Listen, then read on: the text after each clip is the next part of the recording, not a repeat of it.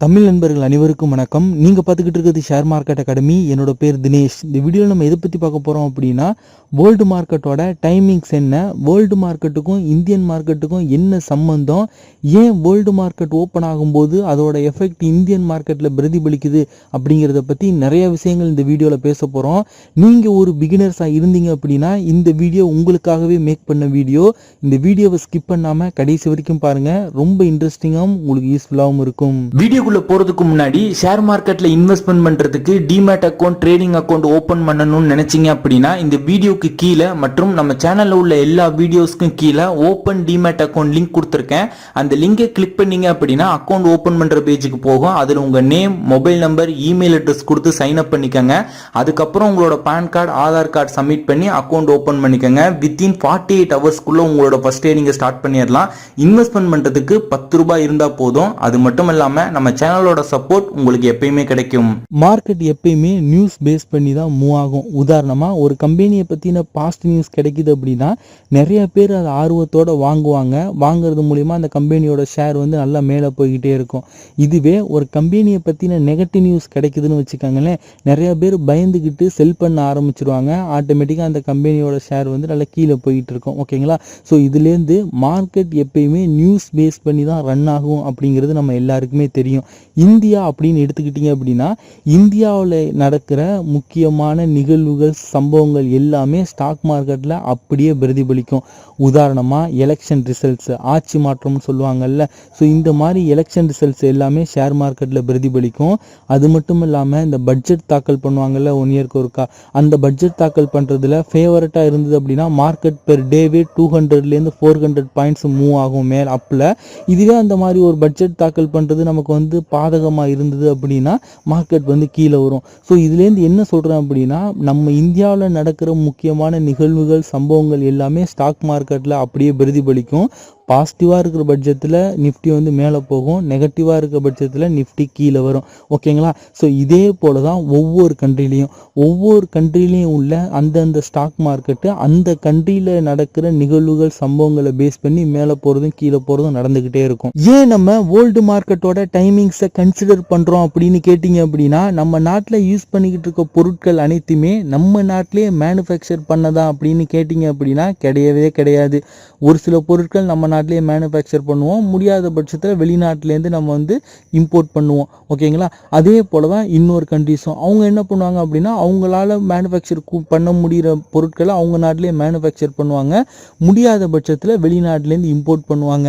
இதே போல் ஒவ்வொரு கண்ட்ரிஸும் import and export வந்து மற்ற கண்ட்ரிஸ்க்கு வந்து பண்ணிக்கிட்டு இருப்பாங்க. இந்த மாதிரி பண்ணுறதுனால எல்லா கண்ட்ரிஸுமே எக்கனாமிக்கல் வைஸாக ஒரு பாண்டு போல் வந்து கனெக்ட் ஆகிருக்கும். ஸோ இந்தியாவோட எக்கனாமிக்கலாக கனெக்ட் ஆகிருக்க இந்தியன் மார்க்கெட்டில் இம்பேக்டை ஏற்படுத்தக்கூடிய ஒரு சில கண்ட்ரிஸோட மார்க்கெட் டைமிங்ஸை இப்போ நம்ம பார்க்கலாம்.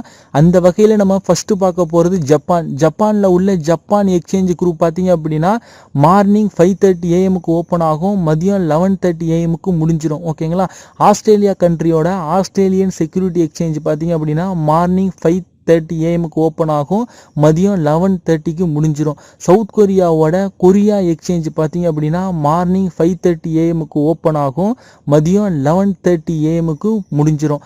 தைவான் கண்ட்ரியோட தைவான் ஸ்டாக் எக்ஸ்சேஞ்ச் பார்த்தீங்க அப்படின்னா மார்னிங் 6:30 AM ஓப்பன் ஆகும், மதியம் 11 o'clock முடிஞ்சிடும்.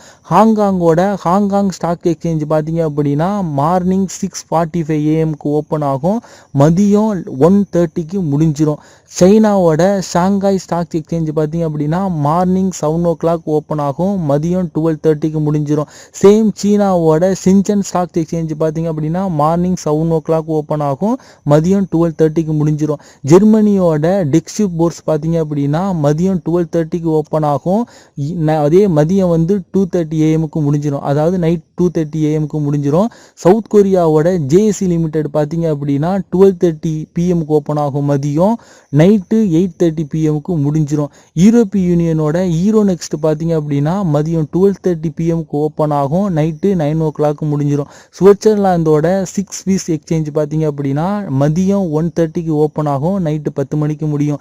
ஸ்பெயினோட பிஎம்இ ஸ்பானிஷ் எக்ஸ்சேஞ்ச் பார்த்தீங்க அப்படின்னா நைட்டு 1:30 AM ஓப்பன் ஆகும், பகல் 1:30 பிஎம்க்கு ஓப்பன் ஆகும், நைட்டு 10 மணிக்கு முடிஞ்சிடும். யூகே அண்ட் இத்தாலியோட லண்டன் ஸ்டாக் எக்ஸ்சேஞ்ச் பார்த்தீங்க அப்படின்னா மதியம் 1:30 பிஎம்க்கு ஓப்பன் ஆகும், நைட்டு 10 மணிக்கு முடிஞ்சிடும். பிரேசிலோட பிஎம் அண்ட் எஃப் பொவேஸ்பா அப்படின்னு சொல்லக்கூடிய அந்த ஸ்டாக் எக்ஸ்சேஞ்ச் பார்த்தீங்க அப்படின்னா ஈவினிங் 6:30 பிஎம்க்கு ஓப்பன் ஆகும், நைட்டு 1:30க்கு முடிஞ்சிடும். யூஎஸ்ஏவோட நியூயார்க் ஸ்டாக் எக்ஸ்சேஞ்ச் பார்த்தீங்க அப்படின்னா ஈவினிங் 7 மணிக்கு ஓப்பன் ஆகும், நைட்டு 1:30க்கு முடியும். சேம் யூஎஸ்ஏவோட நாட்ஸ்கா பார்த்தீங்க அப்படின்னா ஈவினிங் 7 o'clock ஓப்பன் ஆகும், நைட்டு 1:30க்கு முடிஞ்சிடும். கனடாவோட டிஎம்எக்ஸ் குரூப் பார்த்தீங்க அப்படின்னா நைட்டு 8 o'clock ஓப்பன் ஆகும், நைட்டு 2:30 AM முடிஞ்சிடும். ஓகேங்களா? ஸோ இதுதான் வேர்ல்டு மார்க்கெட்டோட டைமிங்ஸ். ஸோ இப்போ நம்ம இந்தியாவை எடுத்துக்கிட்டிங்க அப்படின்னா இந்தியாவில் 2 விதமான ஸ்டாக் எக்ஸ்சேஞ்ச் இருக்குது. ஒன்று நேஷ்னல் ஸ்டாக் எக்ஸ்சேஞ்ச், ரெண்டாவது பாம்பே ஸ்டாக் எக்ஸ்சேஞ்ச். இந்த 2 ஸ்டாக் எக்ஸ்சேஞ்சுக்குமே சேம் டைமிங் தான், டைமிங்கில் எந்த விதமான டிஃப்ரென்ஸும் கிடையாது. ஓகேங்களா? இந்த 2 மார்க்கெட்டுமே மார்னிங் 9:15 ஓப்பன் ஆகும், ஈவினிங் 3:30 முடிஞ்சிடும். ஓகேங்களா? ஸோ இதில் ஒரு சில ப்ராசஸ் இருக்குது, அதை நம்ம இப்போ பார்க்கலாம். நம்ம இந்தியன் மார்க்கெட் என்எஸ்சி மற்றும் பிஎஸ்சி எடுத்துக்கிட்டிங்க அப்படின்னா காலையில் 9 மணிலேருந்து 9:15 ப்ரீ ஓப்பன் செக்ஷன் அப்படின்னு சொல்லுவாங்க. இந்த செக்ஷனை 3 விதமாக டிவைட் பண்ணுவாங்க. 9 மணிலேருந்து 9:08 வரையும் ஆர்டர் என்ட்ரி செக்ஷன் அப்படிம்பாங்க, 9:08லேருந்து 9:12 வரையும் ஆர்டர் மேட்சிங் செக்ஷன் அப்படிம்பாங்க, 9:12லேருந்து 9:15 பஃபர் செக்ஷன் சொல்லுவாங்க. இந்த 9:15க்கு தான் நார்மல் மார்க்கெட் ஓப்பன் ஆகும். இந்த நார்மல் மார்க்கெட்டில் தான் நம்மளை மாதிரி ரீட்டைல் ட்ரேடர்ஸ், இன்வெஸ்டர்ஸ் எல்லாமே ட்ரேட் பண்ண முடியும். ஓகேங்களா? இந்த 9 மணிலேருந்து 9:15 வரையும் பெரிய பெரிய இன்வெஸ்டர்ஸ் மட்டும்தான் ஆர்டர் போட முடியும். 9:15க்கு அப்புறம் தான் நம்ம நார்மல் ட்ரேட் வந்து நம்மளால் பண்ண முடியும். ஓகேங்களா? ஸோ ஈவினிங் 3:30க்கு மார்க்கெட் முடிஞ்சிடும். ஈவினிங் 3:40லேருந்து 4 o'clock வந்து போஸ்ட் க்ளோசிங் செக்ஷன் அப்படின்னு சொல்லுவாங்க. இந்த செக்ஷனில் என்ன நடக்கும்னு பார்த்தீங்க அப்படின்னா பையிங் அண்ட் செல்லிங் அந்த பண்ணுறாங்கல்ல, அதுக்கான க்ளோசிங் ப்ரைஸ் வந்து இங்கே ஃபிக்ஸ் பண்ணுவாங்க. ஓகேங்களா? ஸோ இதுதான் நம்ம நார்மல் மார்க்கெட் டைமிங். ஸோ இப்போ இந்த வீடியோ பார்த்துக்கிட்டு இருக்கவங்களுக்கு ஒரு சந்தேகம் வரலாம், வேர்ல்டு மார்க்கெட்டோட ஓப்பனிங் டைம் மற்றும் க்ளோசிங் டைம்லாம் சொல்லிட்டீங்க, ஓகே, ஆனால் அந்த மார்க்கெட்லாம் மேலே போகுதா கீழே போகுதான்னு எங்களுக்கு எப்படி தெரியும், நாங்கள் எங்கே போய் பார்க்குறது அப்படின்னு கேட்டிங்க அப்படின்னா அதற்கும் ஒரு வழி இருக்குது. கூகுளில் போய்க்கங்க, கூகுளில் போயிட்டு மணி கண்ட்ரோல் அப்படிங்கிறத டைப் பண்ணுங்கள், MONEYCONTROL அப்படின்னு மணி கண்ட்ரோல் அப்படிங்கிறத டைப் பண்ணி கிளிக் பண்ணிங்க அப்படின்னா வார ரிசல்ட்டில் ஃபஸ்ட்டு லிங்கை கிளிக் பண்ணுங்கள். அந்த மணி கண்ட்ரோல் பிஸ்னஸ் நியூஸ் அப்படின்னு இருக்குல்ல, அந்த ரிசல்ட்டை வந்து ஃபஸ்ட்டு லிங்கை வந்து கிளிக் பண்ணுங்கள். இது ஒரு பிஸ்னஸ் வெப்சைட். ஓகேங்களா? ஸோ ஜென்யூனான வெப்சைட் தான். அப்படியே சைடில் ஸ்க்ரோல் பண்ணிக்கிட்டே வந்தீங்க அப்படின்னா நிஃப்டி 15 இருக்கும், கீழே குளோபல் மார்க்கெட்ஸ் அப்படின்னு இருக்கும், அதுக்கு கீழே வியூ ஆல் குளோபல் மார்க்கெட் அப்படின்னு இருக்கும். அதை கிளிக் பண்ணிங்க அப்படின்னா குளோபல் மார்க்கெட்டோட அனைத்து மார்க்கெட்டோட ஸ்டேட்டஸ் வந்து உங்களுக்கு கிடைச்சிரும். ஓகேங்களா? ஸோ இந்த மணி கண்ட்ரோல் வெப்சைட் நிறைய இன்வெஸ்டர்ஸ், ட்ரேடர்ஸ் எல்லாமே யூஸ் பண்ணுவாங்க. ஸோ இது ஒரு ஜென்யூனான வெப்சைட் தான். ஸோ நீங்கள் நம்பி இந்த வெப்சைட்டை வந்து யூஸ் பண்ணலாம். ஓகேங்களா? ஸோ இப்போ அந்த குளோபல் மார்க்கெட் அந்த பேஜ் வந்து ஓப்பன் ஆயிருச்சு.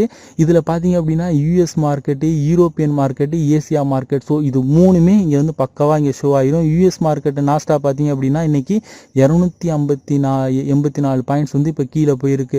ஸோ யூரோப்பியன் மார்க்கெட்டோட ஸ்டேட்டஸு, ஏசியன் மார்க்கெட்டோட ஸ்டேட்டஸு எல்லாமே இங்கே நம்ம பார்த்துக்கலாம். ஸோ இந்த டேட்டாவை நம்ம எப்படி எஃபெக்டிவாக யூஸ் பண்ணுறது அப்படின்னு கேட்டிங்க அப்படின்னா நம்ம மார்க்கெட்டோட ஓப்பனிங் க்ளோசிங் டைம் என்ன, மார்னிங் 9:15 ஓப்பன் ஆகும், ஈவினிங் வந்து 3:30 முடிஞ்சிடும். ஓகேங்களா? ஸோ இந்த இடைப்பட்ட நேரத்தில் எந்தெந்த கண்ட்ரீஸோட மார்க்கெட் ஓப்பன் ஆகுதுன்னு பார்த்துக்கோங்க. அப்படி ஓப்பன் ஆகிற மார்க்கெட் பாசிட்டிவில் இருக்கிற பட்சத்தில் நம்ம மார்க்கெட் அப்போ என்ன ட்ரெண்ட் இருக்கோ அந்த ட்ரெண்டே வந்து கண்டினியூஷேஷன் ஆகும். ஒருவேளை இப்போ நம்ம மார்க்கெட் வந்து பாசிட்டிவ் ட்ரெண்ட் இருந்துட்டு வேர்ல்டு மார்க்கெட் அப்படி ஓப்பன் ஆகிற மார்க்கெட் வந்து ஒரு நெகட்டிவ் ட்ரெண்டாக இருந்தது அப்படின்னா நம்ம மார்க்கெட்டும் நெகட்டிவ் ட்ரெண்டு போக வாய்ப்பு இருக்குது. ஓகேங்களா? நான் போகும்னு சொல்ல போகிறதுக்கான வாய்ப்பு இருக்கு.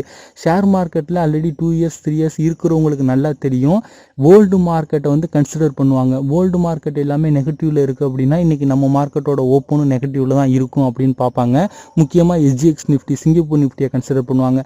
அதே போல் வேர்ல்டு மார்க்கெட்லாம் பாசிட்டிவாக இருந்து எஸ்ஜிஎக்ஸ் நிஃப்டி பாசிட்டிவாக இருந்தது அப்படின்னா இன்னைக்கு நம்மளோட நிஃப்டி ஓப்பன் வந்து பாசிட்டிவாக தான் இருக்கும் அப்படிங்கிறத அசம்ஷன் பண்ணுவாங்க. அதே போல் நிஃப்டியும் பாசிட்டிவாக தான் இருக்கும். ஓகேங்களா? ஸோ நம்ம மார்க்கெட் வந்து ரன் ஆகிட்டு இருக்க டயத்தில் வேர்ல்டு மார்க்கெட் எதுவும் ஓப்பன் ஆச்சு அப்படின்னா அதை ரெஃபர் பண்ணுங்க. ஓகேங்களா? ஸோ ஜஸ்ட் ஒரு கன்சிடர் பண்ணி ட்ரேட் பண்ணுங்க. ஸோ அவ்வளோதான் இந்த சின்ன வீடியோ. இந்த வீடியோ பிகினர்ஸ்க்கு ரொம்ப யூஸ்ஃபுல்லாக இருந்திருக்கும் அப்படின்னு நினைக்கிறேன். அப்படி யூஸ்ஃபுல்லாக இருந்தது நீங்கள் ஃபீல் பண்ணீங்க அப்படின்னா இந்த வீடியோக்கு ஒரு லைக் கொடுங்க. இந்த வீடியோ பற்றின கருத்துக்கள் மற்றும் உங்களுக்கு ஏதாவது சந்தேகம் இருந்தது அப்படின்னா கீழே கமெண்ட் பண்ணுங்க. கண்டிப்பாக நான் ஆன்சர் பண்ணுவேன். இந்த வீடியோவை மறக்காமல் உங்கள் நண்பர்களுக்கும் ஷேர் பண்ணுங்க. இந்த மாதிரி ஷேர் மார்க்கெட் ரிலேட்டடான வீடியோஸ் கண்டினியூஸாக நீங்கள் பார்க்கணும்னு நினச்சிங்க அப்படின்னா நம்ம சேனலை சப்ஸ்கிரைப் பண்ணிக்கோங்க. கூட உள்ள பெல் ஐக்கானை கிளிக் பண்ணிவிட்டு நோட்டிஃபிகேஷனில் ஆல் எனேபிள் பண்ணி வச்சுக்கிட்டீங்க அப்படின்னா ஃபியூச்சர் நாங்கள் அப்லோட் பண்ணக்கூடிய ஒவ்வொரு வீடியோஸையும் நீங்கள் மிஸ் பண்ணாமல் உடனுக்குடன் பார்க்கலாம்.